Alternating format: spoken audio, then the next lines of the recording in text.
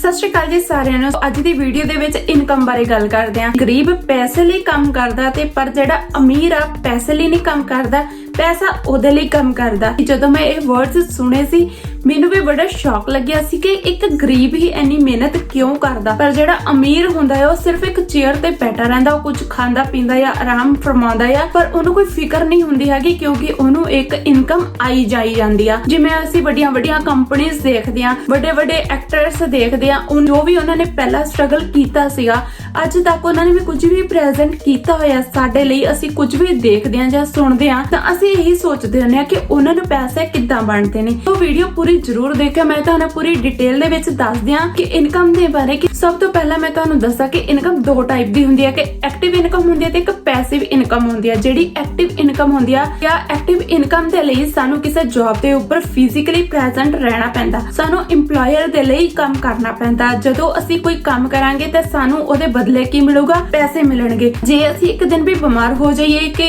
EMPLOYER ਸਾਨੂੰ ਇੱਕ ਦਿਨ ਦੇ ਪੈਸੇ ਦੇ ਦੂਗਾ, ਜੇ ਅਸੀਂ ਕੰਮ ਤੇ ਨਾ ਜਾਈਏ ਬਿਲਕੁਲ ਵੀ ਨਹੀਂ। ਤਾਂ EMPLOYER ਸਿਰਫ ਇਹੀ ਕਹਿ ਸਕਦਾ ਹੈ ਕਿ ਤੂੰ ਮੇਰੇ ਲਈ ਕੰਮ ਨਹੀਂ ਕੀਤਾ, ਅੱਜ ਦੇ ਦਿਨ ਤੂੰ ਬਿਮਾਰ ਸੀ, ਤੂੰ ਘਰ ਸੀ, ਤਾਂ ਮੈਂ ਤੈਨੂੰ ਇਸ ਦਿਨ ਦੀ ਪੇ ਨਹੀਂ ਦੇ ਸਕਦਾ। ਜਿਹੜੀ ਪੈਸਿਵ ਇਨਕਮ ਹੁੰਦੀ ਹੈ, ਪੈਸਿਵ ਇਨਕਮ ਉਹ ਹੁੰਦੀ ਹੈ ਕੋਈ ਵੀ ਪਰਸਨ ਪਹਿਲਾਂ ਕੁਝ ਸਿੱਖਦਾ ਹੈ, ਐਫਰਟਸ ਲਗਾਉਂਦਾ ਹੈ ਤੇ ਬਾਅਦ ਵਿੱਚ ਆਪਣਾ ਕੋਈ ਬਿਜ਼ਨਸ ਸ਼ੁਰੂ ਕਰਦਾ ਹੈ। ਉਸ ਬਿਜ਼ਨਸ ਤੋਂ ਬਾਅਦ ਜਦੋਂ ਉਹਦਾ ਬਿਜ਼ਨਸ ਪੂਰੀ ਤਰ੍ਹਾਂ ਡਿਵੈਲਪ ਹੋ ਗਿਆ ਤਾਂ ਕੁਝ ਵਰਕਰਸ ਉਹਦੇ ਲਈ ਕੰਮ ਕਰਦੇ ਨੇ ਤੇ ਉਹ ਆਪ EMPLOYER ਬਣ ਕੇ ਆਰਾਮ ਨਾਲ ਰਹਿੰਦਾ ਹੈ ਕਿਉਂਕਿ ਉਹਦੇ ਲਈ ਇੱਕ ਪੈਸਿਵ ਇਨਕਮ ਬਣ ਜਾਂਦੀ ਆ। ਉਹਨੂੰ ਕੋਈ ਐਫਰਟਸ ਨਹੀਂ ਲਗਾਉਣੇ ਪੈਂਦੇ ਹੈਗੇ, ਉਹ ਕੁਝ ਖਾਵੇ ਪੀਵੇ ਬੈਠੇ ਉੱਠੇ ਕਿਤੇ ਵੀ ਆਵੇ ਜਾਵੇ, ਉਹਨੂੰ ਮਿਹਨਤ ਜ਼ਿਆਦਾ ਨਹੀਂ ਕਰਨੀ ਪੈਂਦੀ ਹੈਗੀ। ਉਹਨੂੰ ਪਤਾ ਮੇਰੇ ਅਕਾਊਂਟ ਦੇ ਵਿੱਚ ਮਨੀ ਆਈ ਜਾਣੀ ਆ। ਜਿਵੇਂ ਆਪਾਂ ਕਹਿ ਸਕਦੇ ਹਾਂ ਇੰਟਰਨੈਟ ਦੇ ਥਰੂ, ਜਿਵੇਂ ਆਪਾਂ ਕਹਿ ਸਕਦੇ ਹਾਂ YouTube ਦੇ ਥਰੂ, ਬਲੌਗਿੰਗ ਦੇ ਥਰੂ, ਏਦਾਂ ਦੇ ਬਹੁਤ ਸਾਰੇ ਪਲੇਟਫਾਰਮਸ ਨੇ, ਬਹੁਤ ਸਾਰੇ ਬਿਜ਼ਨਸ ਨੇ ਜਿਨ੍ਹਾਂ ਨੂੰ ਕਰਨ ਦੇ ਲਈ ਤੁਹਾਨੂੰ ਕੁਝ ਮਿਹਨਤ ਕਰਨੀ ਪਊਗੀ, ਜਿਨ੍ਹਾਂ ਨੂੰ ਸਿੱਖਣ ਦੇ ਲਈ ਸਿਰਫ ਤੁਹਾਨੂੰ ਕੁਝ ਮਿਹਨਤ ਕਰਨੀ ਪਊਗੀ ਤੇ ਬਾਅਦ ਵਿੱਚ ਆਪਣੇ ਆਪ ਤੁਹਾਡੇ ਅਕਾਊਂਟ ਦੇ ਵਿੱਚ ਇਨਕਮ ਆਉਂਦੀ ਜਾਊਗੀ। ਪਰ ਸਾਨੂੰ ਇਹਦੇ ਬਾਰੇ ਬਹੁਤ ਹੀ ਘੱਟ ਨੌਲੇਜ ਆ। ਸਾਨੂੰ ਇਹੀ ਲੱਗਦਾ ਕਿ ਜੇ ਅਸੀਂ ਫਿਜ਼ੀਕਲੀ ਕੰਮ ਕਰਾਂਗੇ ਪੈਸੇ ਸਾਨੂੰ ਤਾਂ ਹੀ ਮਿਲਣਗੇ, ਜੇ ਅਸੀਂ ਜੌਬ ਕਰਾਂਗੇ ਤਾਂ ਪੈਸੇ ਸਾਨੂੰ ਤਾਂ ਹੀ ਮਿਲਣਗੇ। ਪਰ ਨਹੀਂ, ਜੇ ਤੁਸੀਂ ਇੱਕ ਆਪਣਾ ਸੋਰਸ ਨਹੀਂ ਬਣਾਉਂਦੇ ਕਿ ਤੁਹਾਨੂੰ ਕੋਈ ਪੈਸਿਵ ਇਨਕਮ ਵੀ ਆਉਣੀ ਚਾਹੀਦੀ ਆ ਤਾਂ ਤੁਸੀਂ ਸਾਰੀ ਜ਼ਿੰਦਗੀ ਪੈਸੇ ਦੇ ਲਈ ਹੀ ਕੰਮ ਕਰੋਗੇ। ਤਾਂ ਪੈਸੇ ਲਈ ਇੱਕ ਇੱਕ ਪਲ ਅਸੀਂ ਕਹਿ ਸਕਦੇ ਹਾਂ ਕਿ ਅਸੀਂ ਤਰਸਾਂਗੇ ਸਾਡੀ ਜ਼ਿੰਦਗੀ ਦੇ ਵਿੱਚ ਇੰਨੇ ਸਾਰੇ ਪੈਸੇ ਹੋਣ ਤੇ ਅਸੀਂ ਜ਼ਿੰਦਗੀ ਦੇ ਵਿੱਚ ਕੁਝ ਕਰੀਏ। ਪਰ ਪੈਸਾ ਕੀ ਕਹਿੰਦਾ ਹੈ? ਪੈਸਾ ਕਹਿੰਦਾ ਤੂੰ ਕੁਝ ਕਰ, ਮੈਂ ਤੇਰੇ ਕੋਲ ਆਵਾਂ। ਹਾਂਜੀ, ਜੇ ਅਸੀਂ ਵੱਧ ਤੋਂ ਵੱਧ ਪੈਸਾ ਆਪਣੀ ਜ਼ਿੰਦਗੀ ਦੇ ਵਿੱਚ ਕਮਾਉਣਾ ਚਾਹੁੰਦੇ ਆ ਤਾਂ ਸਾਨੂੰ ਸਭ ਤੋਂ ਪਹਿਲਾਂ ਕੁਝ ਐਫਰਟਸ ਲਗਾਉਣੇ ਪੈਣਗੇ, ਕੁਝ ਸਕਿੱਲਸ ਸਿੱਖਣੀਆਂ ਪੈਣਗੀਆਂ, ਫਿਰ ਸਾਡੀ ਪੈਸਿਵ ਇਨਕਮ ਆ ਪੂਰੀ ਜ਼ਿੰਦਗੀ ਦੇ ਲਈ ਸਾਡੇ ਲਈ ਆਰਾਮਦਾਇਕ ਹੋ ਜਾਊਗੀ। ਜਿਹੜੀ ਪੈਸਿਵ ਇਨਕਮ ਆ ਜਦੋਂ ਅਸੀਂ ਇੱਕ ਵਾਰੀ ਐਫਰਟਸ ਲਗਾਤੇ ਤਾਂ ਸਾਰੀ ਜ਼ਿੰਦਗੀ ਜਿਹੜੀ ਪੈਸਿਵ ਇਨਕਮ ਆ ਸਾਨੂੰ ਬਣਦੀ ਰਹੂਗੀ। ਪਰ ਜ਼ਿਆਦਾਤਰ ਅਸੀਂ ਐਕਟਿਵ ਇਨਕਮ ਨੂੰ ਹੀ ਪ੍ਰੈਫਰ ਕਰਦੇ ਆ ਕਿਉਂਕਿ ਐਕਟਿਵ ਇਨਕਮ ਤੇ ਸਾਨੂੰ ਜ਼ਿਆਦਾ ਭਰੋਸਾ ਹੁੰਦਾ ਆ।